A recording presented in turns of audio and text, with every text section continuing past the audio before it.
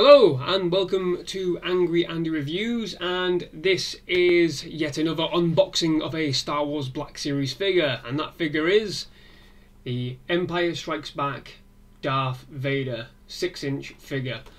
Now, of course, this figure, like the Beskar Armor Mandalorian figure which I did an unboxing for previously, features the all-new box design. Now this is obviously clearly a major directional change from the red-sided boxes, but I actually really like these boxes. I think they are pretty cool. They've got like the nice lovely detailing on the side. I don't keep them in the boxes. I do tend to remove them for display purposes due to the amount of space I don't have, but you know, for a collector, these boxes I think are pretty good. I think they are a lot better actually. But obviously let's read the blurb on the back of here. So Darth Vader, obviously, after the destruction of the Death Star, Darth Vader became obsessed with finding Luke Skywalker. He had dispatched probe droids across the galaxy, finally locating the rebel base on the remote ice planet of Hoth. So this is specifically a Empire Strikes Back variant of Darth Vader. There are differences, believe it or not, most notably within sort of like the buttons on his chest plate and other little features to do with the mask itself, because obviously the mask, the helmet, was very much different from the first Star Wars film into the Empire Strikes Back, and there are little subtle differences right the way through, but let's not get into that now because we'll be here all day. So I'm going to go ahead and open this up very gently.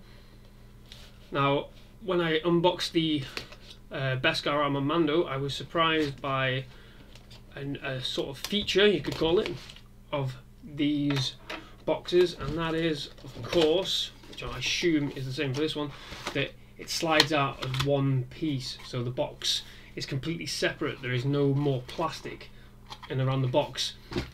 The figure itself is covered by a plastic cover. Yep, there we go. And just like the Beskar Armor Mando, the bits of information has just fallen out everywhere. But there we go. There you can see them there, looking fantastic. I'm really liking the detailing on the breastplate already. Of course, got the lightsaber included there, and the cloak is fabric. Interesting, which is going to lead me back to the Beskar Armor Mando, which is in the previous video, which I'll leave a link for at the end of the video. You can watch that one back if you want to, but let's go ahead and get this stuff out. So, I think, yep, the only accessory is, of course, his lightsaber. Let's just have a quick look at that before we move on. There we go. There is Lord Vader's lightsaber, and there is a little bit of detailing. You probably won't be able to see it, but you can see like the gold knob on the top there. You got the D-ring right the way on the top there. And the blade itself, yeah, it's a decent bit of plastic there. Feels quite, yeah, it's quite good. It's quite solid. Doesn't feel, yeah, it doesn't feel weak at all. That's interesting. I like that. That's good. Right, let's get Vader out himself. Here we go. So noisy. There we are. The cloak was a bit stuck there, but there you go. Never mind. And here we go. There we are. We have Lord Vader himself. And that is a pretty decent figure. I really like this figure. Really good. Cloak is massive. That is a lot of cloak for one man. So you can really sort of like build the character up here if that's what you want to do, you know, for display purposes. And just look at that, the cloak. It's like he's Batman. It's insane. Absolutely insane. But there you are. Now there is, I think, two separate cloaks here.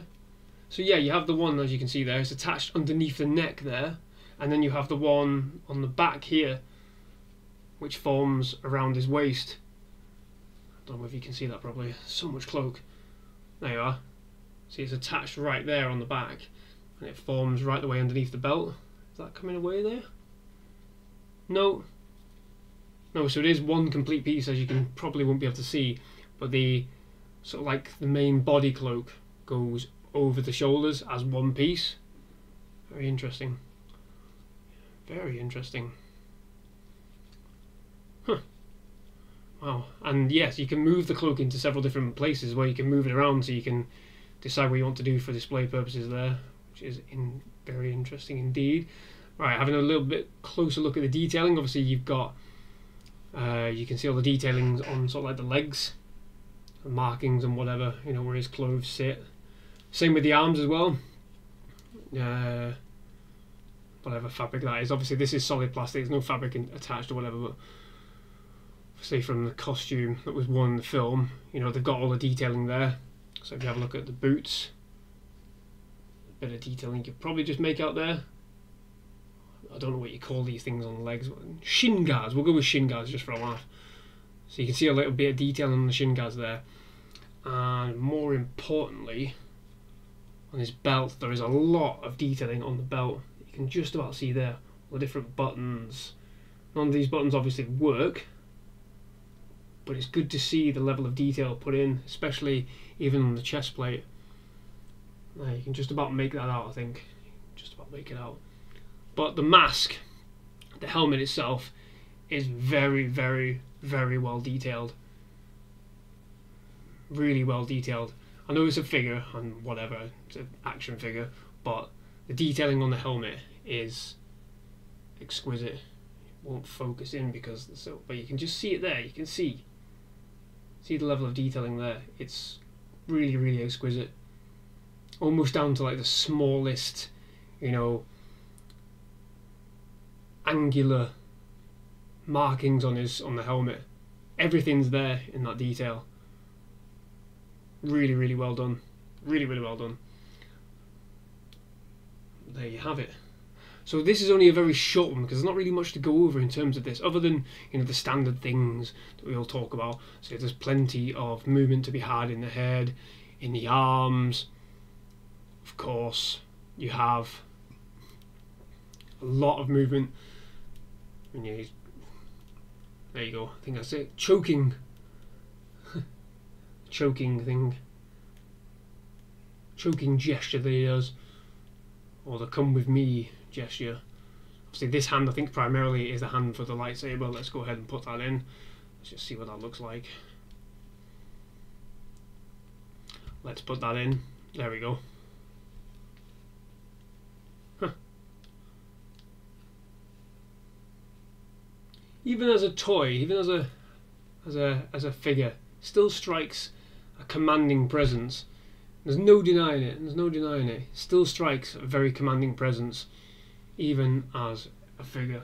Let's just see if we can stand him up so it looks a bit more regal. The cloak. It's the thing with the cloak. It's like, it's absolutely massive. It's insane. Now, what I was going to say about the cloak with regards to the Beskar Armamando. Beskar Armamando is plastic. It's like a rubberized plastic. Doesn't have this billowing effect, which is I find a bit strange. I thought because Mando has a jetpack included, something like this would have been better, where you could position the cloak around the jetpack. With this, you can literally position, you know, even you can make even the smallest details with the cloak. You know, if you want to, if you're that way inclined, you can create all sorts of, you know, different things. You know, Phantom of the Opera and all that. You know. Whichever. That's why I think so. Like a billowing cloak is much better than a static, you know, harder piece of plastic for a cloak. It kind of takes away a little bit from the Mando figure, which I've placed up there, right above my finger. Yeah, it's a bit of a shame that the Mando figure doesn't have this, which is this billowing cloak, which I think is a lot better. Again, I'm not very good, like I keep saying, I'm not very good at sort of like positioning these characters, these figures, on the fly, but little things like that, I think. Can you put the saber on? Can you take the saber? Yes, you can. Ah, that's interesting. Discovered something. So, let's go back up there. You stay there. Yeah. So, the lightsaber does come apart, which is really, really good. So you can keep the saber as one big piece, so you can take the parts, so you've just got the hilt as it is. I do believe the hilt, you can attach it right on the side there. Or on the other side? No, it's this side. So there you are. See, there's a little tiny hook, which I just saw at the corner of my eye. A little tiny hook right here on the belt. You're probably not going to be able to see it, but literally there where my finger is, there's a little tiny hook, and you can just rest lightsaber on there. Again, for specific display purposes, whatever takes your fancy. I really like that. It's a neat little feature. just adds another dimension to, you know, whatever it is that you want to do with these figures, as there are so many options. But there you have it. There is the Empire Strikes Back Darth Vader 6-inch Black Series figure. Now, I have plenty more of these coming. Literally just received through the post the Gaming Greats Jango Fett figure. I do also have a Luke Skywalker Empire Strikes Back figure. Dog next door is barking, doesn't like them. And I do have the complete set of Rebel figures as well to unbox and show you. But there we are. That is the Lord Vader Black Series 6-inch figure from the Empire Strikes Back, specifically from the Empire Strikes Back. But thank you very much for watching. If you liked this video, please do leave us a like and subscribe to the channel for more reviews like this and movie reviews as well. There will be more coming, but we'll just have to wait and see for those. Thank you very much. Bye bye.